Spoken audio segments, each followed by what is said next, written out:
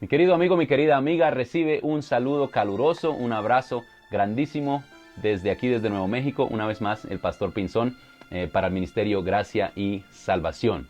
El día de hoy vamos a tratar un tema bien interesante, así que te quiero invitar a que oremos y pidamos la bendición del Señor. Querido Dios y Padre que moras en el cielo, invitamos, Señor, tu presencia en este lugar. Danos sabiduría, por favor, para poder entender y especialmente para convertir esto en un conocimiento práctico que traiga bendición a nuestras vidas. En nombre de Cristo Jesús. Amén. Muy bien, mis queridos. Te quiero empezar haciendo una pregunta bien sencilla. ¿De dónde viene el concepto de Dios que tienes?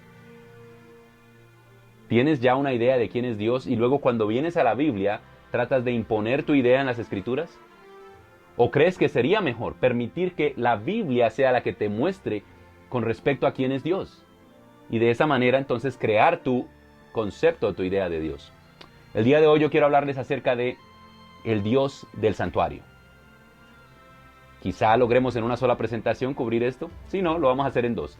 De paso, entiendan que en 10 minutos no podemos cubrir temas tan profundos como es hablar acerca de Dios y su esencia, quién es Dios. Pero el objetivo en este caso, ya que estamos hablando de el santuario como un concepto revolucionario, ¿verdad? Acuérdense que el título de esta serie es El santuario, una gran revolución. Es mostrar un poco de cómo el santuario nos ayuda a entender a Dios. Así que comencemos desde el principio. En el principio encontramos a Dios creando. Este Dios que se presenta en la palabra, en la Biblia, que la Biblia nos muestra a un Dios que es capaz de interactuar en la historia. No solo eso, es el que crea la historia. Nosotros somos seres históricos. Dios nos creó, vino, intervino, creó este planeta. Hay un punto en la historia antes y después de la creación de la Tierra. Y Dios es el que crea la historia y nos hace seres históricos. Nosotros no podemos entender la realidad de ninguna otra manera sino históricamente. En otras palabras, pasado, presente y futuro. También encontramos que este Dios creador confirma este aspecto de sí mismo en su interacción con el ser humano a través del santuario. Precisamente por eso lo mencionamos. De paso, el Edén se considera como un santuario. Era el punto de encuentro entre el hombre y Dios. Y el santuario, después del pecado, llega a ser también ese punto de encuentro entre Dios y el hombre. Pero noten eso, cómo Dios se manifiesta allí históricamente en el santuario. Y no solamente en el santuario, aún antes de la creación del santuario, encontramos a Dios manifestándose realmente, históricamente, por ejemplo, a Moisés en la zarza, en medio de la zarza ardiente. Y aún antes de la creación del santuario, a todo el pueblo de Israel desde el monte del Sinaí. Así que podemos empezar a ver este concepto de Dios, del Dios que interactúa con los seres humanos en su espacio temporal. Dios tiene una capacidad bien interesante. Y es que Él puede hacer ambas cosas. Voy a mencionar un par de términos aquí, quizás son nuevos para algunos, quizá no. Dios es inmanente y Dios es trascendente. En la presentación anterior yo les hablaba acerca de el Dios de los filósofos. Los filósofos identifican a Dios como un ser trascendente, o sea, que trasciende nuestra realidad, nuestro mundo. Él está más allá. Pero ellos no consideraban que Dios fuera un Dios inmanente, o sea, un Dios que puede entrar en nuestro espacio, entrar en nuestras vidas, hacer parte de. Inmanente significa algo que es parte de nosotros, parte nuestro. Pero cuando vemos en la Biblia, y en referencia a Dios, entendemos que Dios es capaz de hacer ambas cosas, o sea que Dios es inmanente, está en nuestro medio, entra en nuestro espacio temporal, lo crea incluso, pero también Dios es trascendente. No estamos quitándole a Dios ninguna de sus cualidades. Al contrario, creemos en un Dios que es capaz de hacer todo esto. Cuando miramos la historia y lo que la Biblia nos enseña, descubrimos que Dios tiene estas dos virtudes. Por ejemplo, en Segunda de Crónicas, capítulo 6, versículo 18 al 19. Y de paso, todo ese capítulo es un capítulo muy importante para entender esto. Encontramos a Salomón que está dedicando el templo para Dios, el santuario. Y él, en un momento de, quizá de lucidez, entiende que Dios es un Dios trascendente. Y dice, ¿pero qué estoy haciendo? ¿Pero qué estoy diciendo? Le dice a Dios, Señor, yo sé que los cielos de los cielos no te pueden contener, mucho menos esta casa que yo te estoy preparando hoy. Así que él entendía claramente ambos aspectos. Pero noten que el resto del capítulo se encarga de enfocarlo en el santuario y cómo Dios iba a revelarse en ese santuario.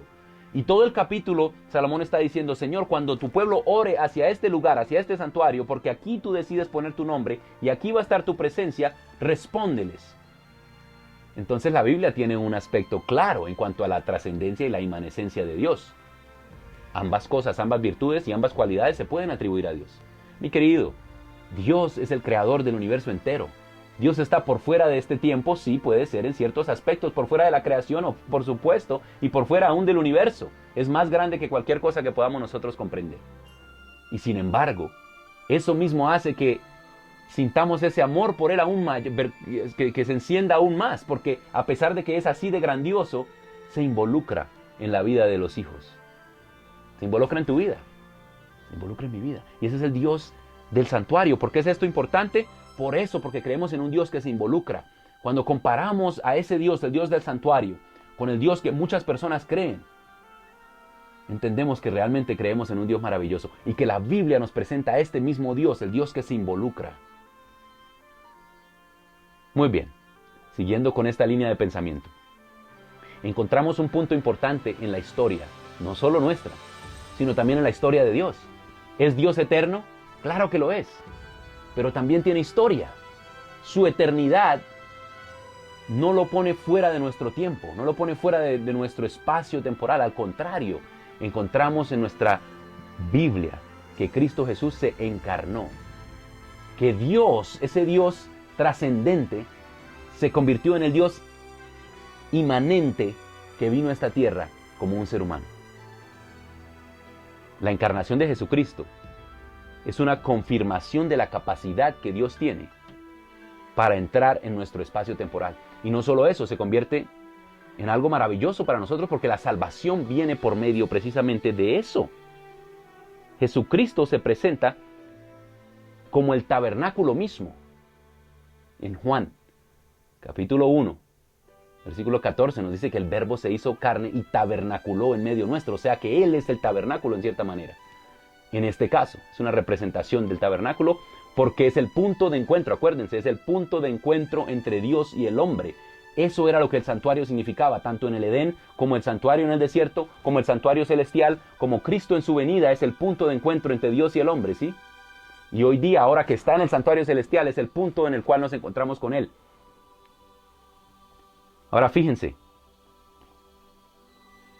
si Jesucristo puede mezclar su inmanescencia, su trascendencia, mejor dicho, con su humanidad, también es posible entonces que nosotros, que somos seres temporales, podamos también estar en su presencia. Esto es lo que prácticamente es el centro del Evangelio.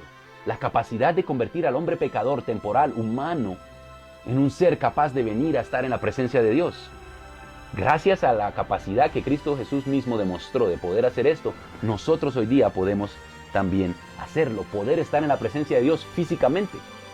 Ahora presten atención a ese detalle porque la Biblia no habla de una presencia solamente espiritual o en un espacio que nosotros no podemos comprender realmente o que no pertenece a los hombres. La Biblia nos presenta que estaremos en la presencia de Dios físicamente, en nuestro cuerpo. Después de la resurrección de Jesucristo ocurre algo bien interesante, que es además un desafío para aquellos que no creen en el Dios del santuario. Y cuando digo esto, estoy hablando también inclusive de algunos de nuestros hermanos que se llaman cristianos. La ascensión de Jesucristo es uno de los desafíos grandes para el concepto de Dios desde la perspectiva de los filósofos, que algunos cristianos también comparten. Estas filosofías se han infiltrado en el cristianismo. ¿Por qué? Porque Cristo Jesús sabemos que resucitó en el cuerpo, corporalmente resucitó y corporalmente ascendió a los cielos. Y entonces, ¿cómo puede ser posible que Él esté en la presencia de Dios? Y sabemos que Dios fue otra vez a estar con el Padre. ¿Cómo puede ser posible que en el cuerpo Él pueda estar allí? Es un desafío para un concepto de Dios diferente que el que la Biblia presenta. El Dios del santuario no es un desafío que esté en el cielo, porque en el cielo hay un santuario, en el cielo hay espacio. En el cielo hay tiempo, a pesar de que es un tiempo diferente al nuestro y que no lo podemos comprender. El Dios del santuario es el que nos permite a nosotros tener esa esperanza de la resurrección y también poder estar en la misma presencia de Dios, mis queridos. ¿Por qué es importante esto? Yo quiero invitarte a que medites en el Dios del santuario. Yo quiero invitarte a que creas en el Dios del santuario. No solo porque yo lo digo, sino porque la Biblia nos presenta este cuadro de un Dios que es capaz de intervenir. Y no solo interviene, sino que además nos hace la maravillosa promesa que quiere llevarnos a nosotros a morar con Él.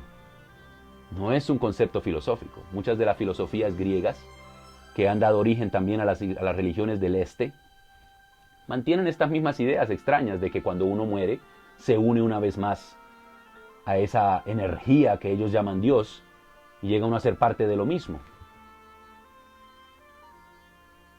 Es interesante. Todo termina en la unión que hace que desaparezca tu individualidad, que hace que desaparezcas como ser. La encarnación eventualmente te va a llevar a estar con ese ser. La Biblia no habla de eso. La Biblia habla de nosotros como individuos. Dios tiene tu nombre escrito en la palma de su mano. Él sabe quién tú eres. Y Dios promete que te va a salvar. ¿Cómo? Envió a su Hijo, que entró a nuestro tiempo, como Dios hecho hombre, murió, resucitó y ascendió. Y ahora está en el santuario celestial intercediendo por nosotros, por ti y por mí. Y promete que nos llevará a nosotros también, que transformará nuestros cuerpos y nos llevará a su presencia. El próximo episodio vamos a seguir hablando del Dios del santuario. Y vamos a hablar un poquito más de estos textos y de cómo esto se aplica a nuestras vidas personales. Así que yo le oro al Señor, que tú que me estás escuchando, pienses en ese Dios que se involucra en tu vida, que es real, que no es un concepto filosófico, que es una realidad. Él quiere llevarte en tu cuerpo, transformado, glorioso sí, pero en tu cuerpo, a ti, personalmente, a estar en su presencia. Y hoy día también tenemos acceso a Él, por medio del santuario donde Él se mora, por medio de la oración, podemos comunicarnos con ese Dios donde Él está.